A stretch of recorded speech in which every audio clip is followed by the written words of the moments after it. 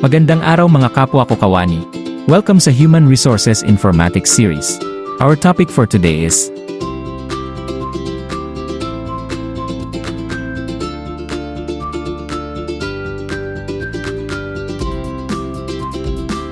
Magandang araw mga kapwa kawani. Pamilyar ka na ba sa acronym na PRIME HRM?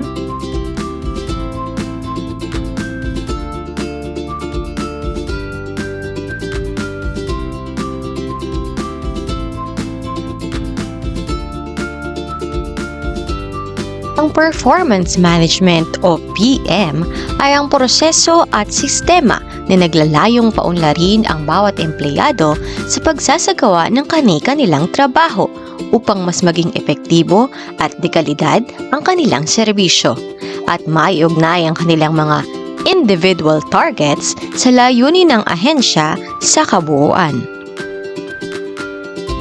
Ito ay kung saan ang bawat empleyado ay dumadaan sa proseso ng pakikipag-usap at paglilinaw ng mga responsibilidad, prioridad, plano ng pag-unlad at mga inaasahan sa isang empleyado.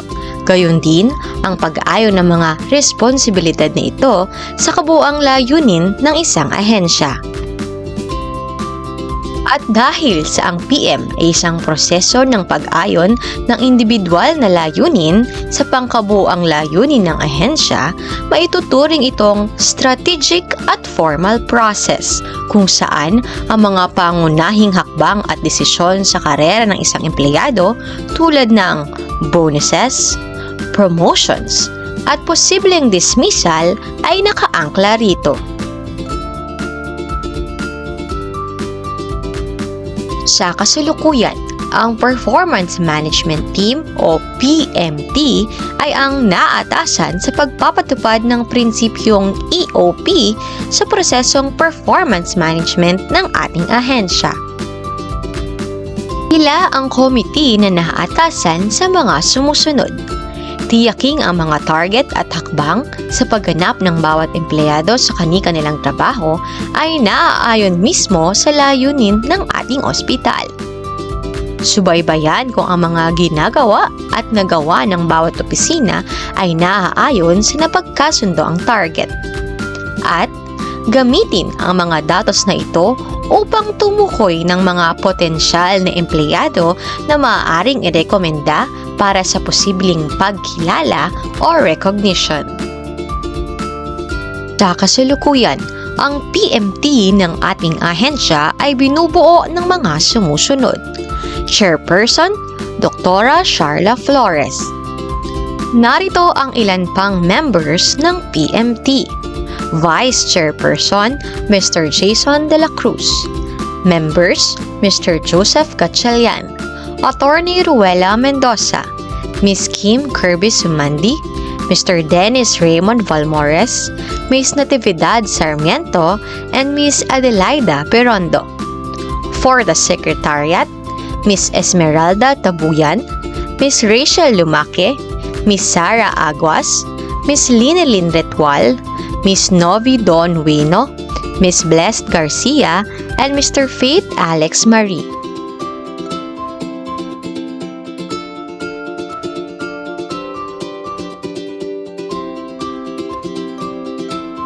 Ngayong araw, halina't makinig sa mga yugto ng prosesong performance management, planning and commitment, monitoring and coaching, review and evaluation, rewarding and development planning. Halina't pag-aralan natin ito. Para sa unang yugto, planning and commitment.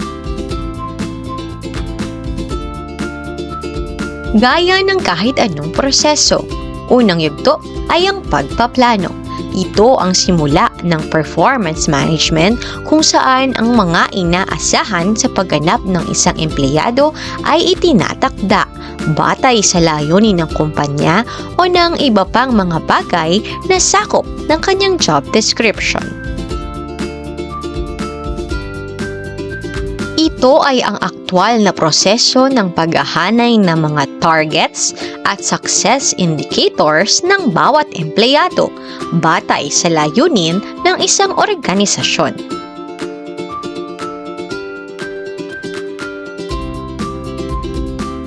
Layunin ng PMT na tiyaking ang target ng bawat isa ay hindi basta-basta nililikha kundi inaayon at nakaangkla sa acronym na SMART o Specific, Measurable, Attainable, Realistic, and Time-Bound.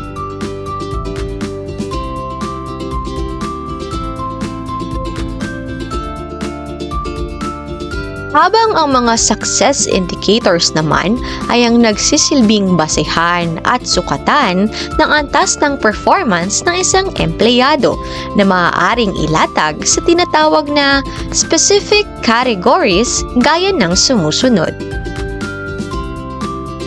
Una, quality and effectiveness.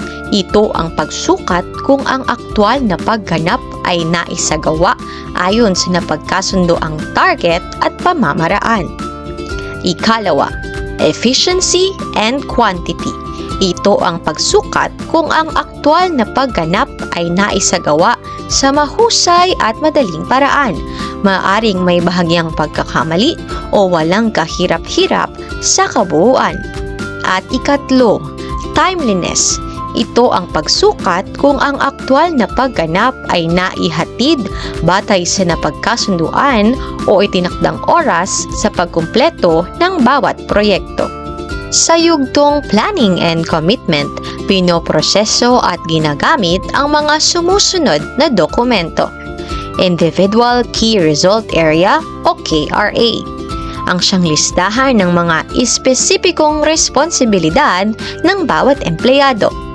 Performance indicators o kung paano kahusay at kabilis gawin ang mga responsibilidad na ito. Competencies required o ang mga inaasahan sa isang empleyado base sa kanyang posisyon at ang additional competencies needed o ang mga karagdagang responsibilidad na inaatang sa kanya. Sa pagtatapos ng Phase 1 ng Performance Management, inaasahan ang pagkabuo ng signed or agreed IPCR target na ginagawa sa umpisa ng rating period. Ipinapasa ang signed IPCR target sa mga sumusunod na calendar dates. Not later than December 15 for January to June targets of the following year. And not later than June 15 for July to December targets of the same year. Ikalawang yugto, monitoring and coaching.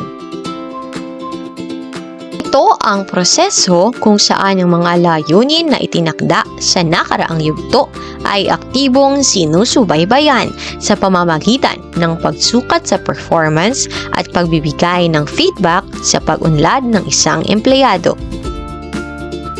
Sa yugtong monitoring and coaching, pinoproseso at isinasagawa ang mga sumusunod na aktibidad at dokumento.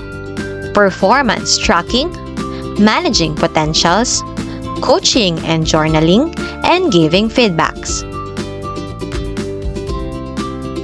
Sa pagtatapos ng Phase 2, inaasahan ang pagkabuo ng Performance Monitoring and Coaching Journal.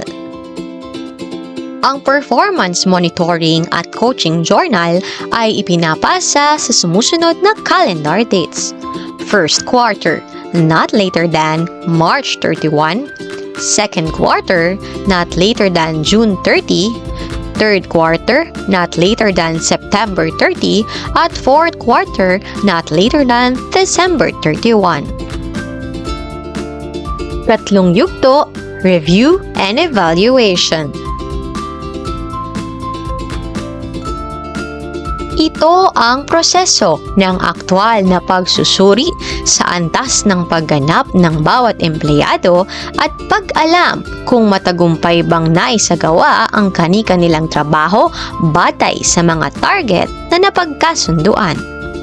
Sa yugtong review and evaluation, pinoproseso at isinasagawa ang mga sumusunod na aktibidad at dokumento. Performance review and assessment, identify strength and improvement needs, notification of final performance assessment, and formulation of summary of ratings. Sa pagtatapos ng Phase 3 Review and Evaluation, inaasahan ang pagkabuo ng Signed and Approved IPCR, SPCR at DepCR with final rating na siyang sasagot sa performance review and assessment. Ang signed IPCR, DepCR, SPCR with final ratings ay ipinapasa sa sumusunod na calendar dates. For January to June, not later than July 15. For July to December, not later than January 15 of the following year. For OPCR, submitted annually. If there's a need for a shorter or longer period, hindi bababa ng 90 calendar days or 3 months at hindi lalagpas ng 1 calendar year. Upang mas madaling malaman kung ang isang empleyado ay good performer, ang nakasaad na final rating sa kanyang IPCR ay nararapat na tumugma sa adjectival description gaya ng sumusunod.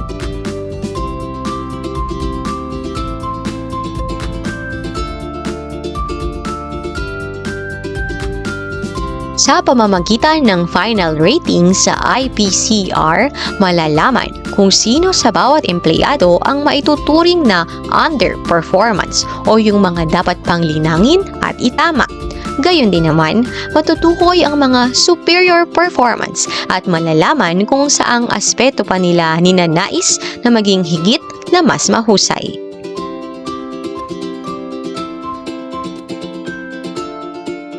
Ang final assessment ng isang partikular na empleyado ay kinakailangang talakayin sa kanya ng kanyang supervisor bago pa man ipasa ang aktwal na IPCR form.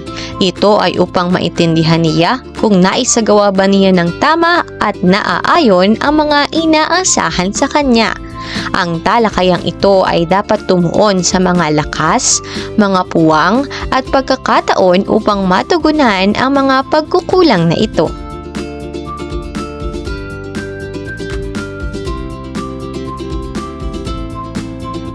Ang listahan ng final ratings ng lahat ng empleyado ay dapat inihahanda ng Human Resource Staff para sa preparasyon sa Performance-Based Bonus Report or PBB, alinsunod sa itinakdang deadline ng Department of Health.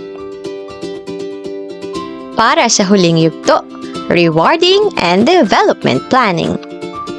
Ang huling hakbang para sa epektibong pamamahala ng performance management ay matiyak na kinikilala at ginagantimpalaan ang mga trabahong nagawa ng mahusay. Ang mga datos mula sa performance management ay ginagamit para sa pagsisimula ng proseso ng iba pang pillars ng human resource gaya ng L&D at R&R.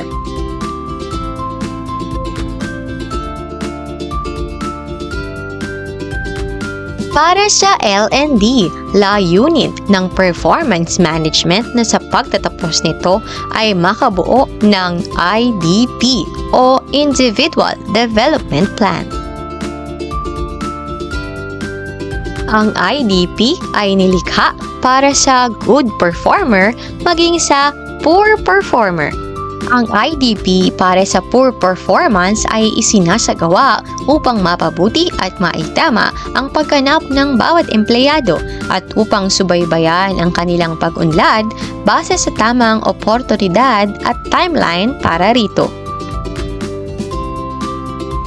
Gayon din naman, isinasagawa ang IDP para sa mga good performer upang ihanda sila sa paggamit ng bagong hanay ng mga kasanayan, kaalaman at kakayahan na kinakailangan para sa mas mataas na posisyon.